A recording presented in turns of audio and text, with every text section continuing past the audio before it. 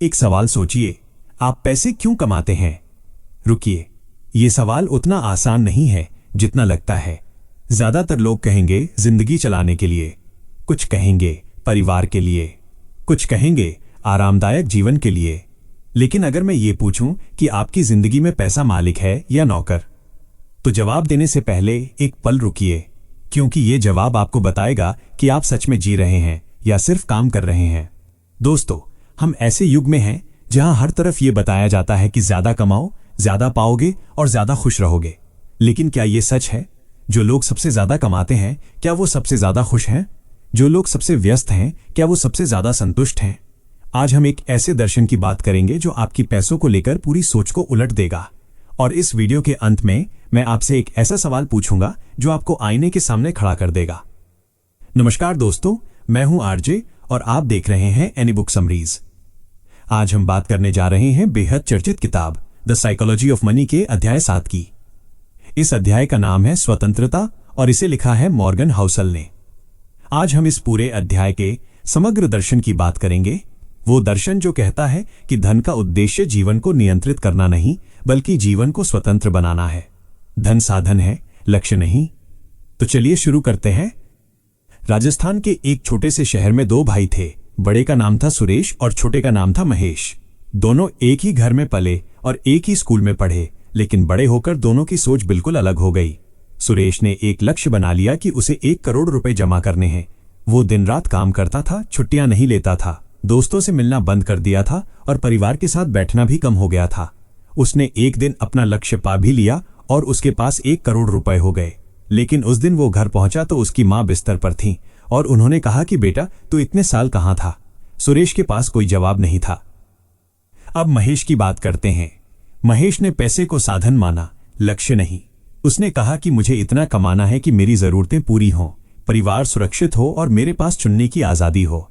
वो कम कमाता था, लेकिन मां के पास था, बच्चों की हंसी सुनता था और दोस्तों के साथ बैठता था। उसके चेहरे पर एक सुकून था जो सुरेश के पास नहीं था। दोनों में से कौन ज्यादा सफल था? मॉर्गन हाउसल कहते हैं कि महेश ज्यादा सफल था, क्योंकि महेश ने धन को अपना सेवक बनाया, जबकि सुरेश धन का सेवक बन गया। दोस्तों, ये बात सुनने में बहुत सरल लगती है कि धन साधन है, लक्ष्य नहीं। लेकिन असल जिंदगी में हम इसे भूल जाते हैं। क्यों? क्योंकि धन बहुत ठोस है और बहुत दिखता है। बैंक खाते की रकम दिखती है, गाड़ी दिखती है और घर दिखता है, लेकिन आजादी नहीं दिखती, शांति नहीं दिखती और परिवार के साथ बिताए पल नहीं दिखते। इसीलिए हम अक्सर उसी के पीछे भागते हैं जो दिखाई देता है। मॉर्गन हाउसल कहते हैं कि धन एक औजार है, जैसे हथौड़ा एक औजार है। हथौड़े से आप कील ठोक सकते हैं और घर बना सकते हैं, लेकिन अगर आप हथौड़े को ही जीवन का लक्ष्य बना लें और हर समय उसे ही उठाए रहें, तो आपकी हथेली छिल जाएगी और घर कभी नहीं बनेगा। धन भी ऐसा ही है, इसे जिंदगी बनाने के लिए इस्तेमाल करो, लेकिन इसे खुद जिंदगी मत बनाओ।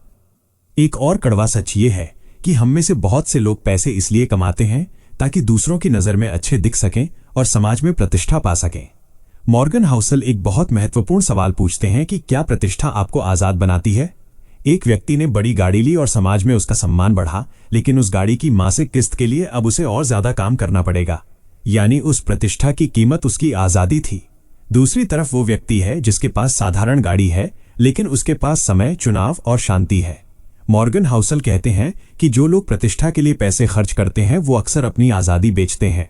असली समृद्धि वो है जो दिखती नहीं, बल्कि अंदर से महसूस होती है। रतन टाटा के बारे में एक बात मन को छू जाती है। जब वो टाटा समूह के प्रमुख थे तो उनके पास असीमित शक्ति और धन था, लेकिन उनके करीबी बताते हैं कि उन्होंने कभी पैसे को जीवन का केंद्र नहीं माना। उनके लिए धन एक साधन था जिससे वो अपने देश के लिए काम कर सकें और अपने कर्मचारियों की देखभाल कर सकें। जब उनसे पूछा गया कि आप इतनी जिम्मेदारियों के बावजूद इतने शांत कैसे रहते हैं, तो उन्होंने कहा कि क्योंकि मुझे पता है कि मैं किस लिए काम कर रहा हूं। जब आपको पता होता है कि धन साधन है और उद्देश्य कुछ और है, तो काम में एक अलग ही ऊर्जा और शांति आती है। दोस्तों, अगर आपको ऐसे विचारों का विश्लेषण पसंद आ रहा है तो चैनल को सब्सक्राइब करें और घंटी का बटन दबाएं। और मुझे कमेंट में बताइए कि क्या आपने कभी महसूस किया है कि पैसा आपका मालिक बन गया है? मॉर्गन हाउसल कहते हैं कि बचत उपभोग से श्रेष्ठ है। ये सुनने में सरल है, लेकिन हम इसे क्यों नहीं करते? क्योंकि हमारे चारों तरफ का माहौल हमें नया फोन खरीदने या फिजूल खर्च करने के लिए उकसाता है। लेकिन जब आप बचत करते हैं तो आप भविष्य की आज़ादी और विकल्प खरीद रहे होते हैं। आज बचाए गए पैसे कल आपको कोई नया मौका लेने की क्षमता देंगे। बचत कल की आज़ादी है और आज़ादी किसी भी तात्कालिक खुशी से ज्यादा कीमती है। एक और मूल सिद्धांत यह है कि पर्याप्त अनंत से अधिक मूल्यवान है। अनंत की चाह कभी पूरी नहीं होती और वो हमेशा बेचैनी देती है, जबकि ये जान लेना कि आपके लिए काफी क्या है आपको सुकून और नींद देता है। वॉरेन बफेट के पास दुनिया की सबसे बड़ी दौलत है, लेकिन उनकी सफलता का राज ये है कि उन्होंने हमेशा वो काम किया जो उन्हें पसंद था। उनके लिए पैसा लक्ष्य नहीं था, बल्कि उनके पसंदीदा काम का एक परिणाम था।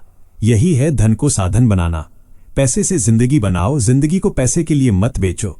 हमारे देश में भी अर्थ को जीवन का साधन और मुक्ति को लक्ष्य माना गया है। आधुनिक दौड़ में हमने धन को ही लक्ष्य बना लिया है और इसीलिए शांति गायब है।